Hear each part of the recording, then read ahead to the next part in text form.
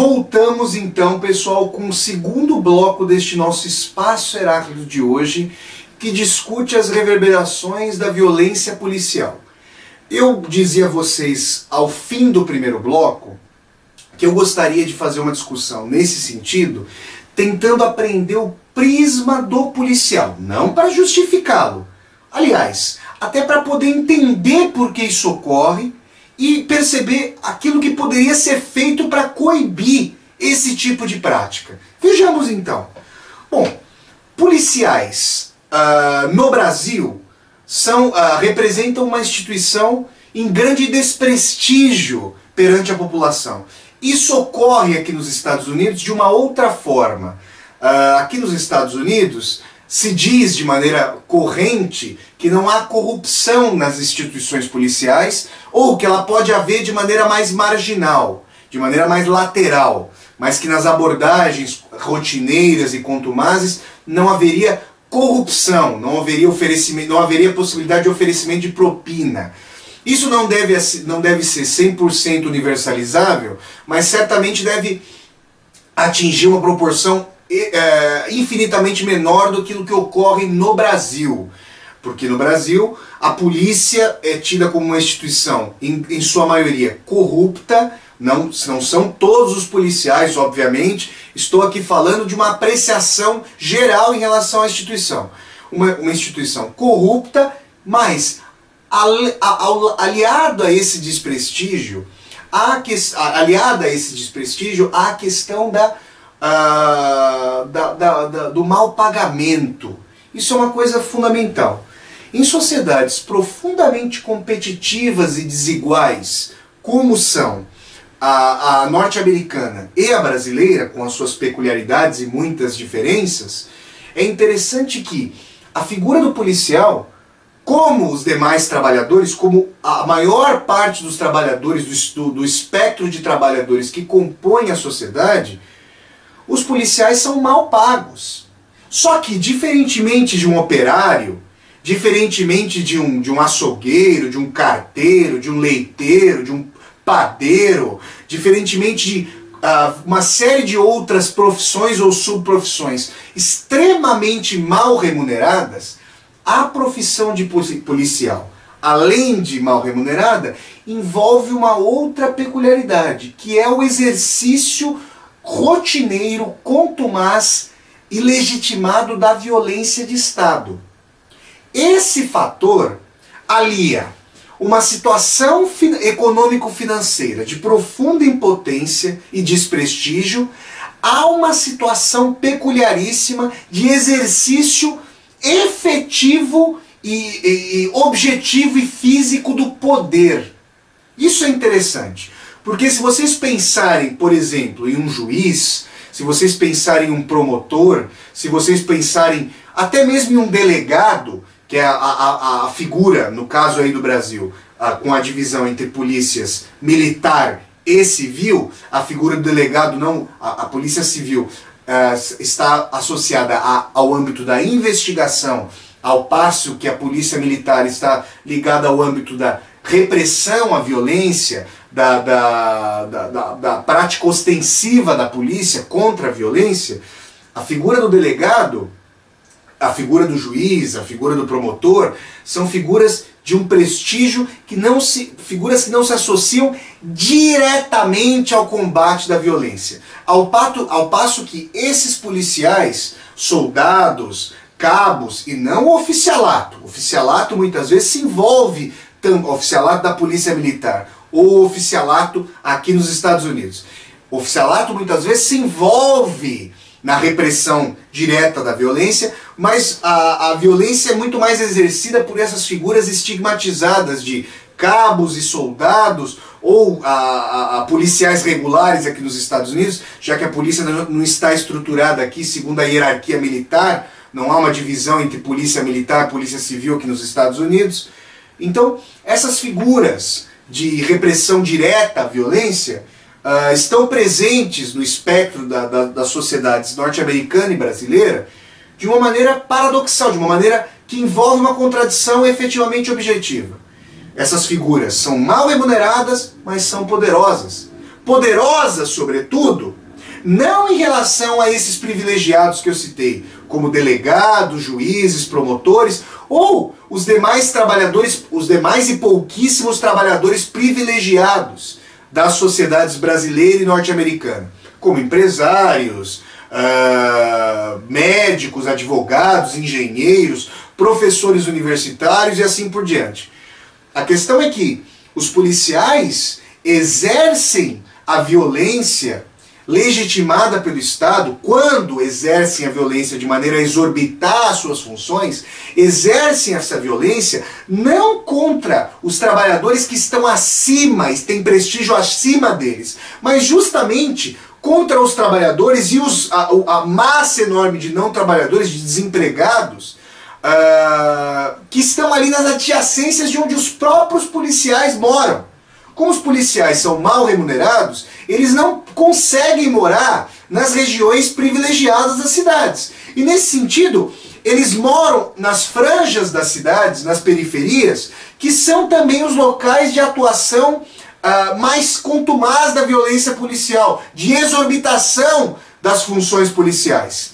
Então é interessante que os policiais se colocam, se nós fizéssemos aqui uma tipologia, eu diria, simplificada do espectro de prestígio e correlação de violência, os policiais estariam numa situação intermediária entre os despossuídos, e eles também são despossuídos no sentido da má remuneração, e os privilegiados, só que não são tão despossuídos e pauperizados e enfraquecidos quanto a grande massa de trabalhadores e não trabalhadores, porque podem exercer a violência legitimada pelo Estado, porque porque vivenciam no cotidiano de suas funções atividades que conferem a eles primazia se não de prestígio junto à população. Na verdade, entre as periferias, policiais tendem a ser muitas vezes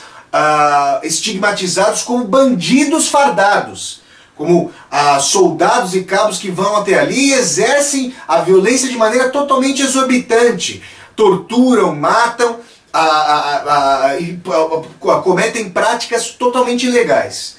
E é interessante então perceber que numa sociedade tão desigual e competitiva, a frustração e o ressentimento subjetivos, mas objetivados pela sociedade, tem uma contrapartida sádica, profundamente sádica, desses policiais que cospem contra esses grupos marginalizados os juízos que a sociedade, a cúpula da sociedade que dissemina de cima para baixo, os juízos e preconceitos e estigmas, juízos dolosos, estigmas dolosos, eles cospem por intermédio de suas armas, por intermédio de seus cacetetes, por intermédio de seus tapas, por intermédio de seus socos, chutes de coturno, cospem, ou na verdade, para nós usarmos um verbo que nós usamos no primeiro bloco deste programa, eles ejaculam, esses policiais que exorbitam suas funções, e não todos, mas os que exorbitam as suas funções,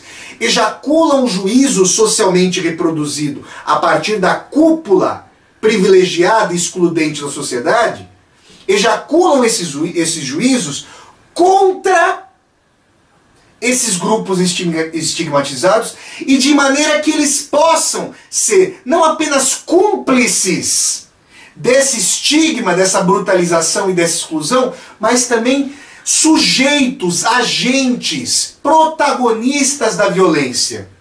É nesse sentido que nós encontramos uma estrutura eminentemente contraditória da expressão da violência policial.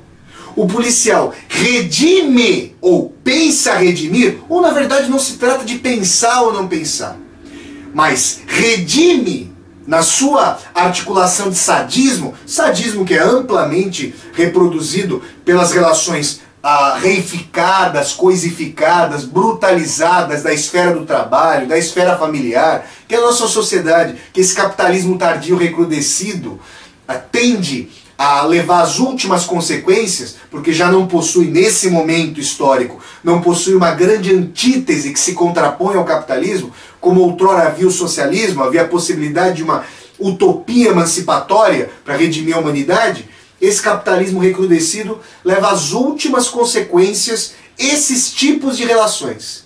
Então o policial, muitas vezes, se sente protagonista no seu...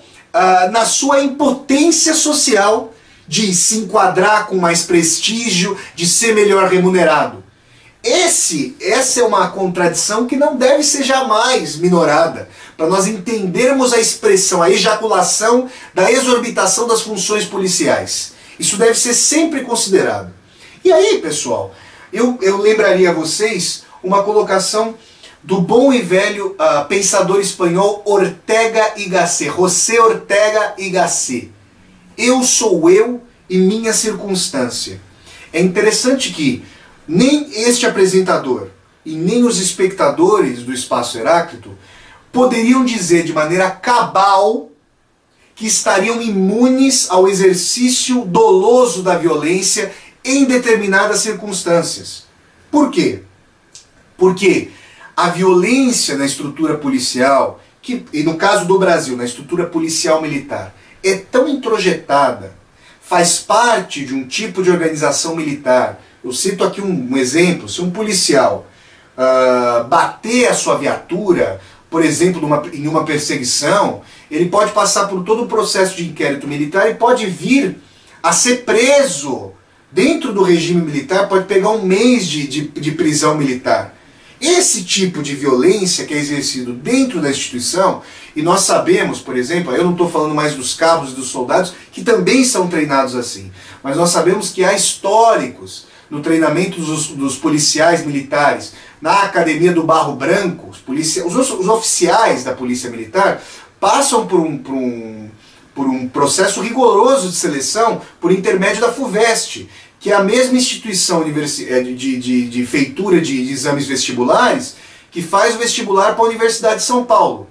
Então, os oficiais do Barro Branco não são pessoas provenientes, não são em geral pessoas provenientes do mesmo estrato social de cabos e soldados. Os oficiais vêm da classe média ou da classe média, média alta, ou da própria elite, da classe rica. Agora, os processos de treinamento, com violência, com liberação de gás lacrimogênio, com simulações de tortura, tudo isso, pessoal, conforma um tipo de atitude policial militar que não tem qualquer tipo de vinculação com os valores cívico-democráticos. É isso que essa é uma das vertentes de discussão para o fim da polícia militar, não para o fim da polícia, mas para o fim da polícia militar, para tornar a polícia totalmente civil e para que ela se adeque aos valores democráticos, uma vez que desde 1985, com o retorno do regime democrático ao Brasil, não faria mais sentido a existência da polícia militar, que, vale frisar, foi criada para coibir aqueles que eram tidos como terroristas, à época da ditadura militar, em que havia contraposição esquerdista ao regime, contraposição revolucionária, armada ao regime militar. Mas muito bem, quando nós então nos colocamos nessa posição do eu sou eu e minha circunstância, toda uma situação de estigmatização desses grupos, que faz com que eles sejam despidos de humanidade, que faz com que eles sejam objetificados, que faz com que eles sejam tratados como a escumalha social, e não como os condenados da terra, na belíssima expressão do escritor africano Frantz Fanon, no seu livro Os Condenados da Terra. Quando esses grupos já são estigmatizados a priori, já são tidos como despidos de humanidade, já são tidos como sub-humanos, como lixo socialmente reproduzido, os policiais chegam até eles numa posição de superioridade fardada e legitimada pelo Estado e exercem uma dupla, tripla, quádrupla violência. Na medida em que, ao bater nesses indivíduos, ao matar esses indivíduos, os policiais estão reiterando um assassínio simbólico que já permeia todo o contexto. o contexto já é violentado socialmente pela falta de asfaltamento, pela falta de saneamento básico, falo sobretudo aí no Brasil, mas aqui nos Estados Unidos há logradouros com moradias totalmente lamentáveis, insuficientes, com uma série de problemas.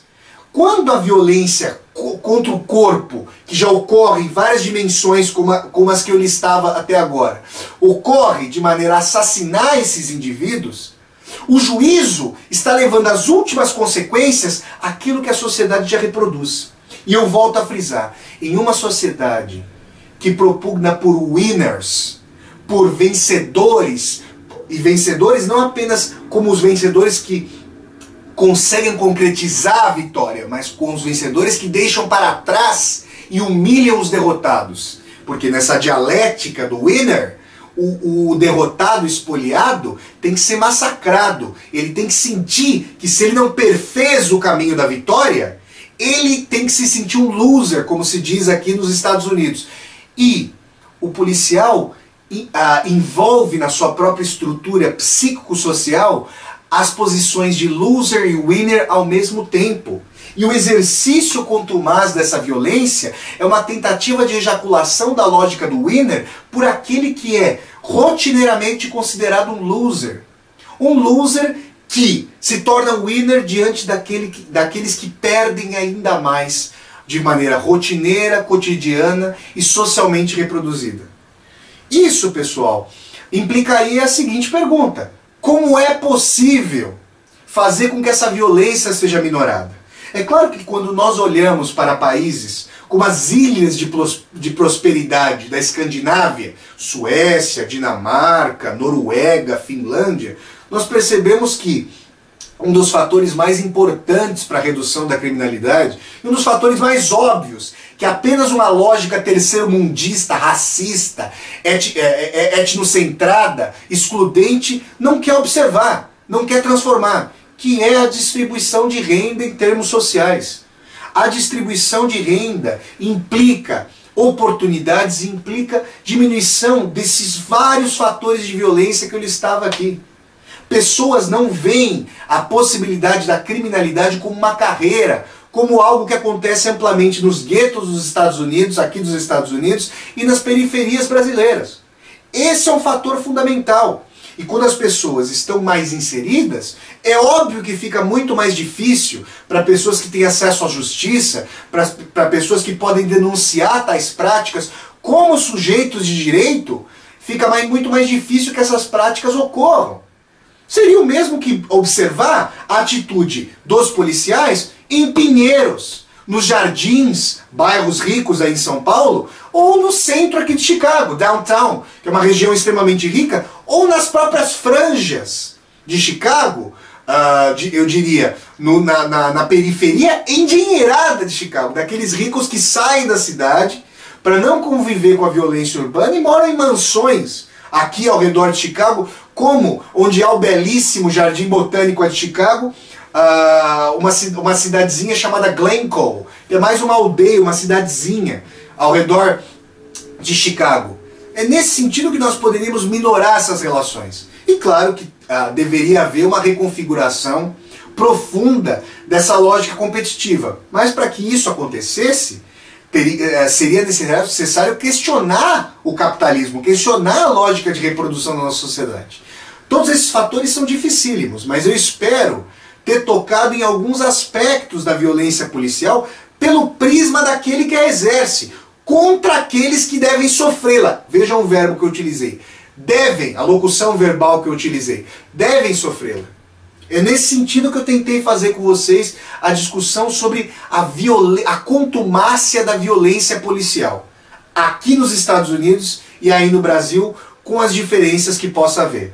Então, pessoal, nós chegamos ao fim de mais esse Espaço Heráclito e daqui a 2 semanas voltamos com mais uma discussão no nosso programa. Então, pessoal, até o próximo Espaço Heráclito. Um grande abraço a todos vocês. Tchau, tchau.